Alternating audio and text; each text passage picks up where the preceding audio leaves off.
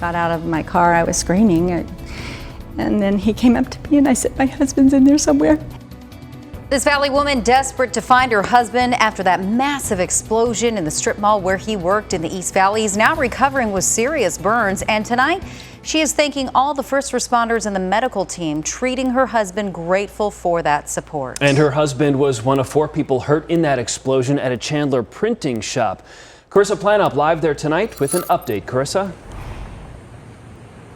Jared and Nicole, the scene is fenced off here at the corner of Rural and Ray, and we've seen some investigators taking a closer look at this print shop that was torn apart by that blast last week. One of the survivors is Glenn Jordan, who was working a couple doors down at the eyeglass repair shop when it all happened. I just thought he burned his fingers or something. Cindy Jordan was home when she got a call from a woman she didn't know. It was about her husband, Glenn. She said, your husband, there's been an explosion and your husband's been burned and you need to come quick. And I'm like, what? What do you mean an explosion? And then she put the phone to Glenn, I don't know how, and he said, baby, I've been burned and you need to come quick. Glenn is general manager of All American Eyeglass Repair in Chandler. When Cindy pulled up, she saw the damage and debris and panicked. Another fireman came up and he took my hand and I saw Glenn and he was holding his hands up like this. Glenn and 3 men who were working a couple doors down were hurt when an explosion tore through platinum printing.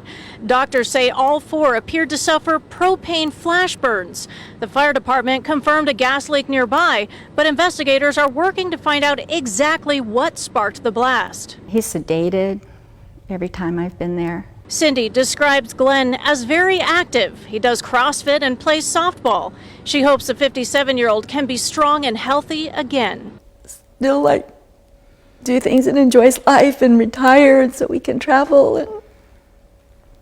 and that's something that he was looking forward to. Cindy says she's so grateful for the first responders and the medical staff treating Glenn. She says she can't wait to tell her husband how everyone is pulling for him. I'm just going to tell him how loved he was and how many people supported him, is how much people cared about him, and even people that don't even know him. The family has roots in Kingman, and friends over there have launched a GoFundMe account to help the family with medical expenses. You can find that link right now on azfamily.com.